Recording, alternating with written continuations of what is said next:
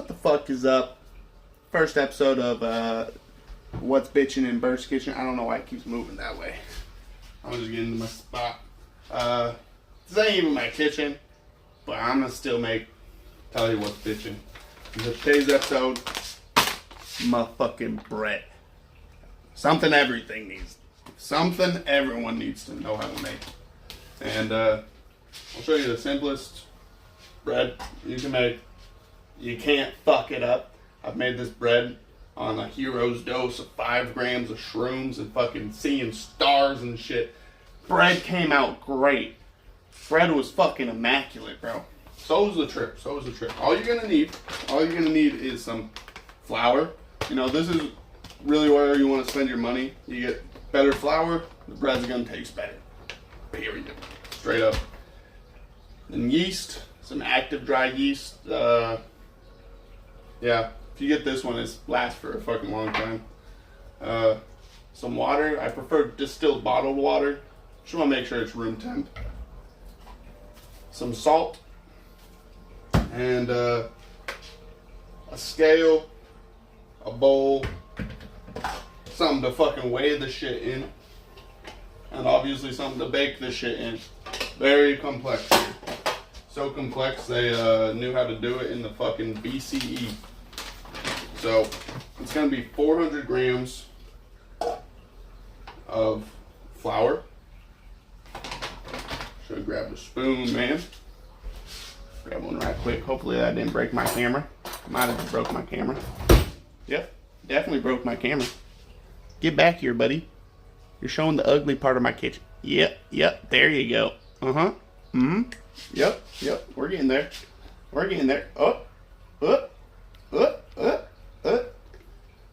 And track my face. Because you gotta see this. Still let them know what's happening down there, you know? Yeah, that's looking okay. So it's just gonna be 400 grams of flour. You're gonna weigh out.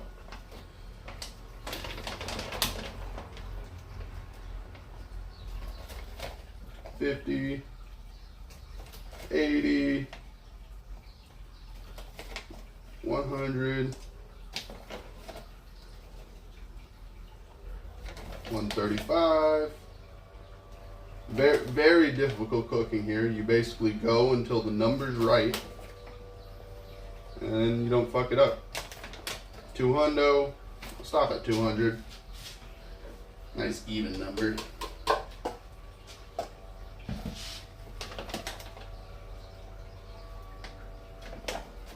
Making a little mess with the flour ain't gonna be too big a deal.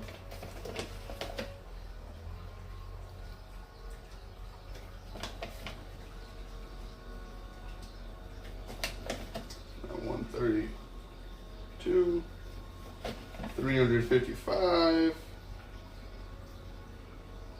185. Let's get it exactly right. 190.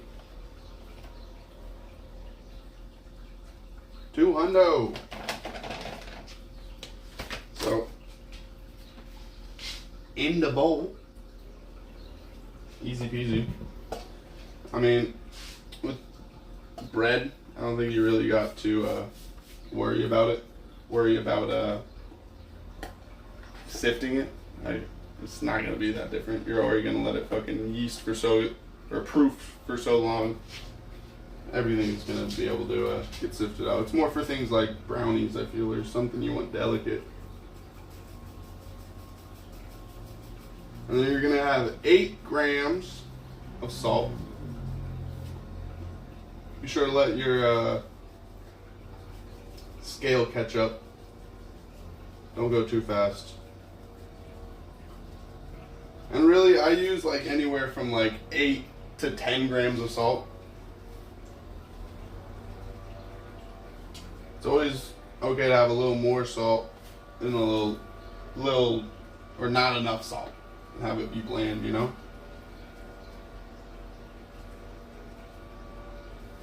And hey, little life hack for you guys out there. There's a reason this is made like this. When you have it like this, You have it barely cracked, right? Barely a little bit of salt comes out. So it's a gauge how much salt you want to come out. Now I'm gonna get a lot more salt, see? And so forth. I don't want to go wasting salt. It's probably not good. But we got our salt exactly at 8 grams. Just gonna sprinkle that bitch in there. Did my camera break again? It looked like it broke again. Come on. Yeah. It likes looking at the ceiling so much, man. Come down a little bit. Show what I'm doing. Yeah, there we go. So, salt just went in. Easy peasy. And now, it's about 2 grams of yeast. You don't really have to be exact on the yeast. Just because if you add too much, if you add too little, it's going to even out in the yeasting process. But obviously to an extent, you don't want to add too much. Yeast is so light.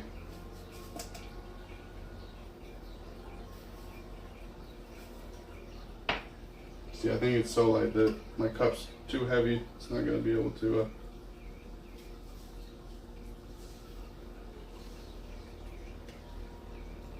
Yeah. So I ended up with 3 grams.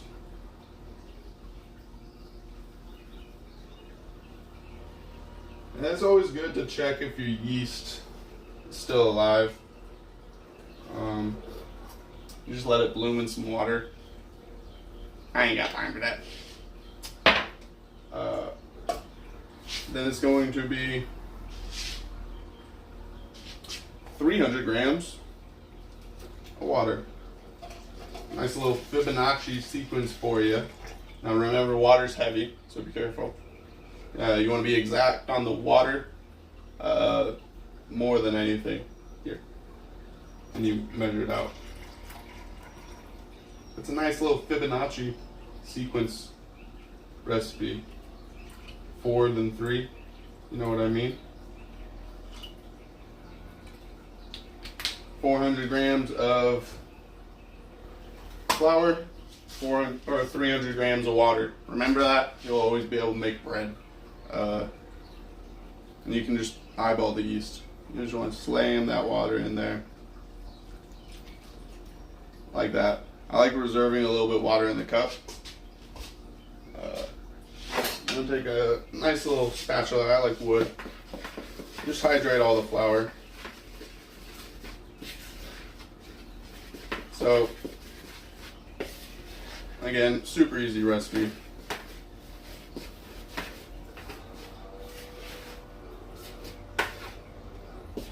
And once it starts looking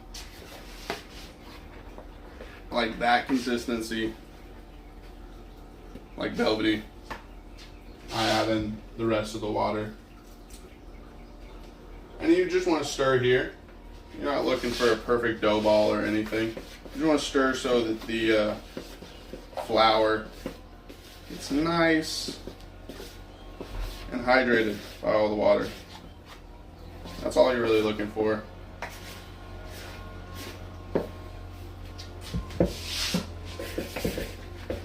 Give it some nice stirring on the counter.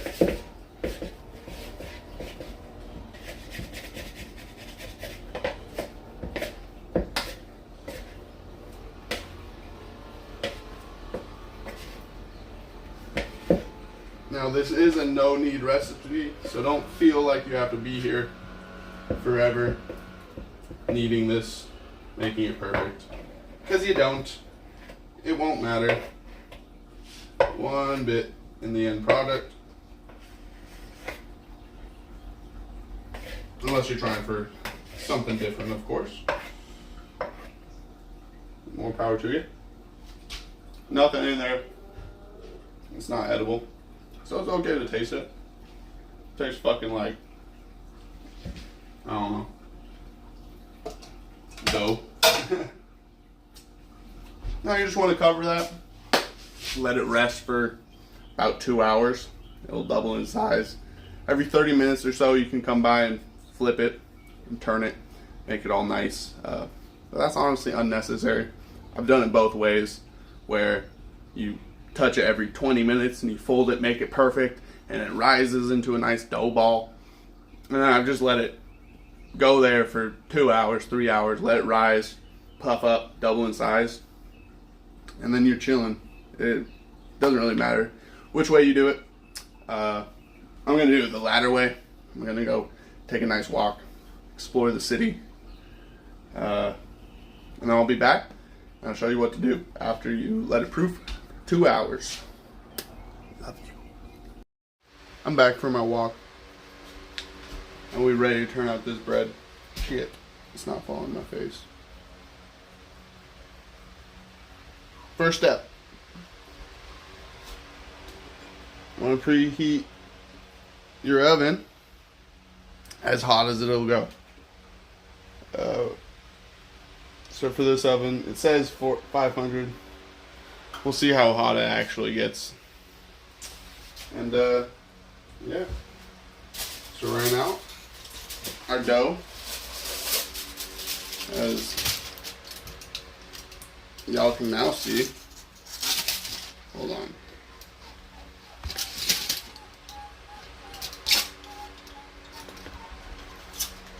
It's like doubled in size.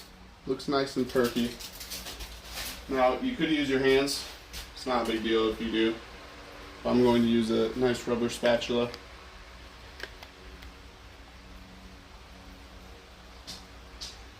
And so what we're going to do here is divide. Maybe I should have the face tracking off for this, huh? What we're going to do is divide the dough in half, basically, roughly. You don't need to be super exact. And we're going to transfer them into our baking pan here. Okay,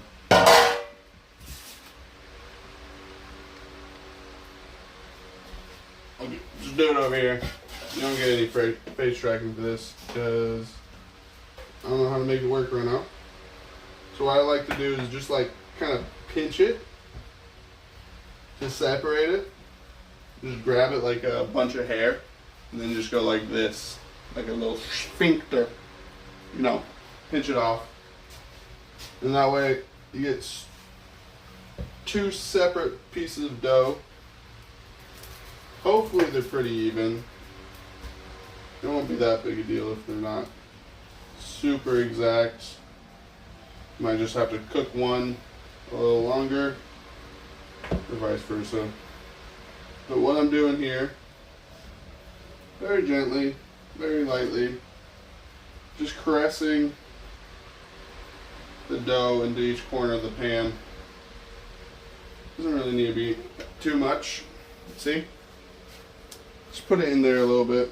See it? You can just pop, pop, pop, pop. Just leave that be. Just cover that. And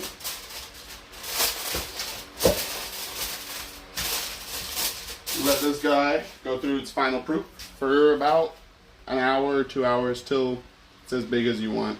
Or until your oven preheats. No big deal. I'm gonna get the other one turned out, and then I'll show you put it in the oven and the final product. Do I need to show put it in the oven? You literally just, once it's like, yeah, I'll show it. Fuck it. People are stupid. Almost done with the bread.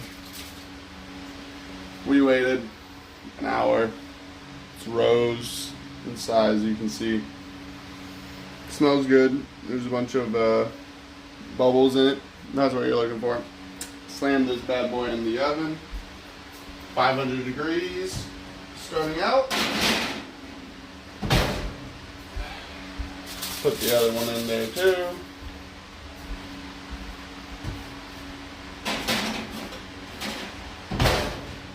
And then you drop the temperature down to like 450 for the bake. bake it for about 20 minutes or until it's like nice and crispy on the outside. Depends on your oven. But it should be around like 20, 15 minutes. Maybe longer, maybe less. I'll show you the end result here in a second. And voila! You get some nice crispy bread. You really want to it's gonna be hard to do with one hand here, but yeah, you should probably wait to cut into it, but gotta show you the crumb and tell you how it tastes. See, you get a nice fluffy piece of bread, golden brown on all sides, especially if you use a nice pan like that.